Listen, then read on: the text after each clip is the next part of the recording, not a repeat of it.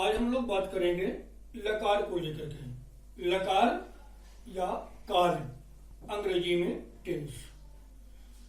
जैसा हम लोग जानते हैं कि काल तीन ही हैं, वर्तमान काल, भूतकाल और भविष्य काल।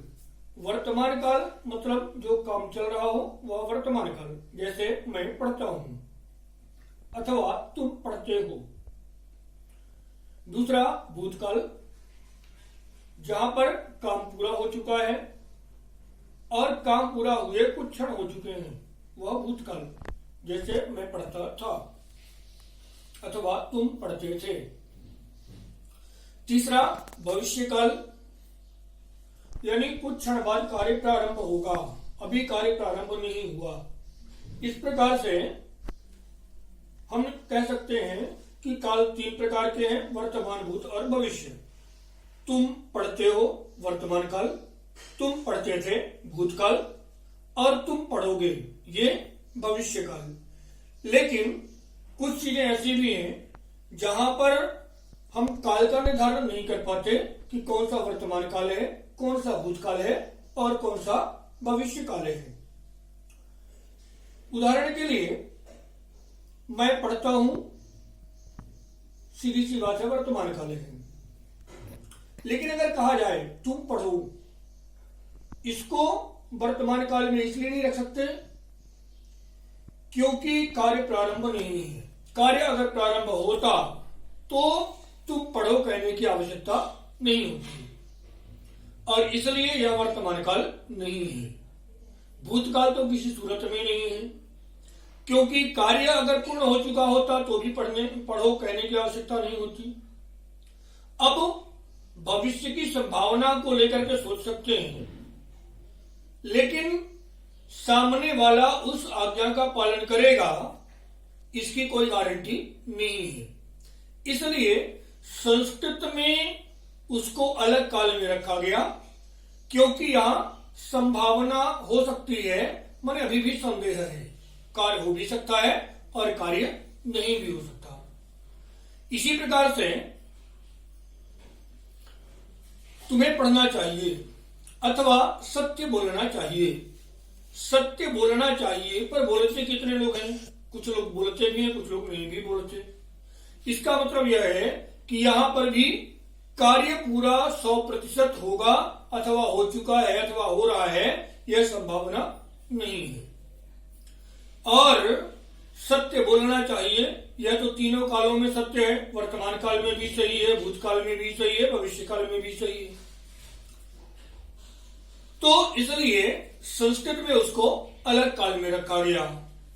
फिर अगर हम भूतकाल की भी बात करें तो भूतकाल एक भूत ऐसा है जो अभी कुछ क्षण पहले हुआ है, हमारी आंखों के सामने हुआ है, हमने जिसको देखा है।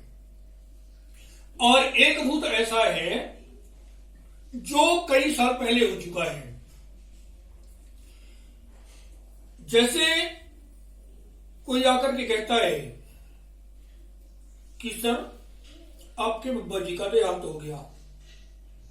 अब बब्बा जी का देहांत हुए 40 साल हो रहे हैं, और आज कोई अगर हमें बताए तो उसमें हमें दुख नहीं होगा, बल्कि या तो हम ये मानेंगे कि ये मजाक कर रहा है, अथवा ये मानेंगे कि ये झूठ बोल रहा है या इसको पता नहीं है। लेकिन अगर कोई आकर के कहता है कि सर आपका कुत्ता मर गया, और हमारे दिमाग में तुरंत एक प्रभाव जाता है, अरे कैसे हुआ, अभी तो ठीक ठाक था। यद्यपि उस कुत्ते से हमारा कोई रिश्ता नहीं है, जबकि बब्बा जी हमारे सगे वाले थे, पर क्योंकि बब्बा जी की घटना कई साल पहले की है, इसलिए उसमें उतना प्रभाव नहीं है, जबकि तुरंत की घटना का एक प्रभाव होता है।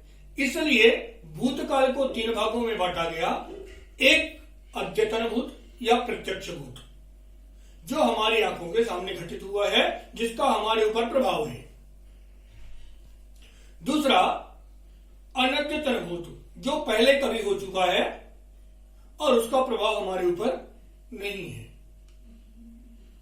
तीसरा, यदि रावण ने सीता का हरण नहीं किया होता तो राम और रावण की लड़ाई नहीं हुई होती। तो एक कार्य हुआ, उसके पीछे का एक कारण था, और उस कारण और कार्य को बताया तो उसको तीसरा भूतकाल माना गया। तो एक प्रत्यक्ष भूत, दूसरा अप्रत्यक्ष भूत, और तीसरा कार्य और कारण से संबंधित भूत। 3 प्रकार का भूत हुआ। फिर इसी प्रकार से भविष्य की बात करें तो अभी कोई घटना होने वाली है या हमने एक भविष्य निश्चित कर लिया है कि ऐसा होने वाला है। उदाहरण के लिए हम कहते हैं कि हमारे यहाँ हमारे भाई की शादी है 4 महीने बाद, और हम उसकी तैयारी में अभी से लग जाते हैं। लेकिन ये सभी जानते हैं कि सबको ऊपर जाना है, सबको मरना है, पर यह निश्चित नहीं कि कब मरना है, इसलिए सबसे पहले उठ करके रोते नहीं है। क्यों? भविष्य तो वह भी है और भविष्य यह भी है। एक भविष्य वह जो था जिसमें मरने की बात थी कि मरना है, तो वह भविष्य निश्चित नहीं है। कब है यह तो ठीक है कि होना है, पर कब होना है इसका कोई क्लियर नहीं है, और इसलिए उसकी तैयारी नहीं करते, उसके लिए रोज उठ के रोते नहीं है। लेकिन 4 महीने बाद ऐसा कार्य होना है और उसकी तैयारी हम अभी से करने लग जाते हैं। तो इसलिए संस्कृत में किसी भी प्रकार का संदेह ना हो, इसलिए संस्कृत में लकार को 10 भागों में बांटा गया। लट वर्तमाने,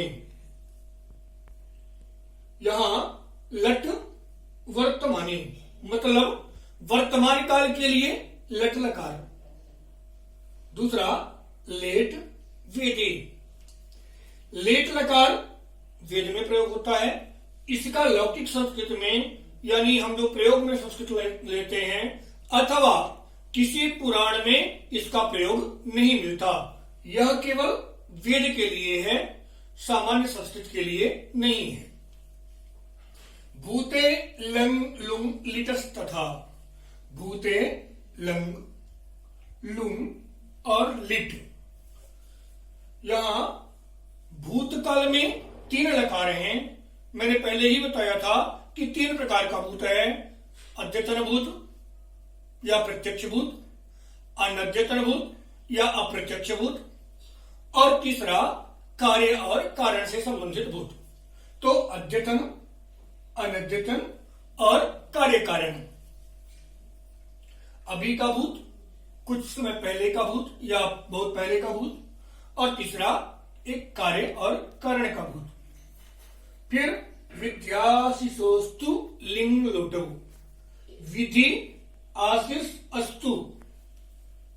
विधि, विधि का मतलब नियम, नियम बताने वाले वाक्य, जैसे सत्य बोलना चाहिए, बड़ों का सम्मान करना चाहिए, झूठ नहीं बोलना चाहिए, ऐसे वाक्य विधि वाक्य हैं। और इनके लिए लिंग लोटो, लिंग और लोट लकार।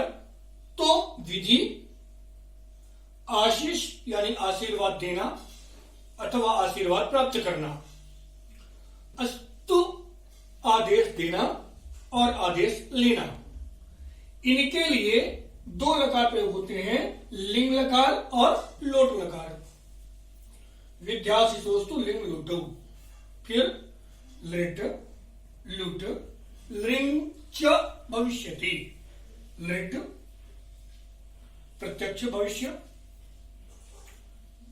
या निश्चित भविष्य, लुट अनिश्चित भविष्य, और लिंग कार्य और कारण से संबंधित भविष्य। तो लिट लुट लिंग च भविष्यति, ये 3 भविष्य काल हो गए। इस प्रकार से 10 लकार संस्कृत में माने गए, क्योंकि यहां पर किसी भी प्रकार का संदेह ना रहे। 10 लकारों में से हम लोग 5 लकार पढ़ेंगे। एक बार श्लोक को बोलते हैं। लट वर्तमाने लेट वेदे, भूते लंग लुंग लिटस्तथा। लट वर्तमाने लेट वेदे भूते लंग लुंग लिटस्तथा विद्या शिशोस्तु लिंग लोटौ लिट लुट लिंग च भविष्यति विद्या शिशोस्तु लिंग लोटौ लिट लुट लिंग च भविष्यति। इस प्रकार से ये 10 लकार हैं। अब हम लोग बात करेंगे लट लकार यानी वर्तमान काल की। कुछ चीजों को ध्यान में रखना है। लकार यानी काल, और इसलिए लकारों के जो रूप होते हैं उनका प्रयोग केवल क्रियाओं के साथ ही होता है, संज्ञा सर्वनाम अथवा विशेषण शब्दों के साथ कभी नहीं होता। उदाहरण के लिए राम शब्द का जब कभी प्रयोग करेंगे, राम का रूप बनाना होगा, तो राम के रूप में हम इनका प्रयोग नहीं कर सकते। सुख अथवा दुख की बात करेंगे तो सुख और दुख के साथ में इनका प्रयोग नहीं करेंगे। इनका प्रयोग केवल और केवल क्रियाओं के साथ ही होगा। क्रिया का जो मूल शब्द होता है उस शब्द को कहते हैं संस्कृत में धातु।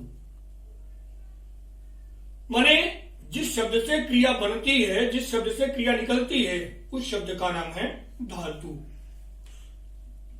वर्तमान काल यानी लट लकार। बात करते हैं पुरुष, एक वचन, द्विवचन और बहुवचन। ये इतना खाकर सभी में होता है। पुरुष, एक वचन, द्विवचन और बहुवचन। इधर प्रथम पुरुष, मध्यम पुरुष और उत्तम पुरुष, इतना ये सब में है।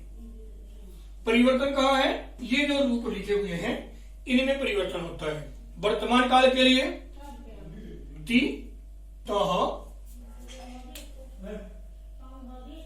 और अंति। ति, तः, अंति। सि, थः, थ। आमि, आवः, आमः। ति, तः, अंति। सि, थः, थ। आमि, आवः, आमः। मान लो पठ का रूप बनाना है, यहां पर पठ लिख देंगे तो पठ ति बन गया, पठति। पठ तः, पठतः। पठ और अंति, पठन्ति। सि, थः, थ। सि, पठ और सि, पठसि। पठतः, पठत। पठामि, पठावः, पठामः। गच्छति, गच्छतः, गच्छन्ति। गच्छसि, गच्छतः, गच्छथ। गच्छामि, गच्छावः, गच्छामः। लिखति, लिखतः, लिखन्ति। लिखसि, लिखतः, लिखथ। लिखामि, लिखावः, लिखामः। इस प्रकार से अर्थ जो होता है पठति, पढ़ता है। पठ माने पढ़ना, और ति यानी वर्तमान काल, लट लकार। तो वर्तमान काल यानी है। पठ पढ़ना, पढ़ता है। द्विवचन में 2 लोग पढ़ते हैं। बहुवचन पठन्ति, पठ और अंति 2 से अधिक लोग पढ़ते हैं। 3 हो सकते हैं, 3 से ज्यादा हो सकते हैं। मध्य पुरुष सि, थः, थ। पठसि, पठतः, पठत।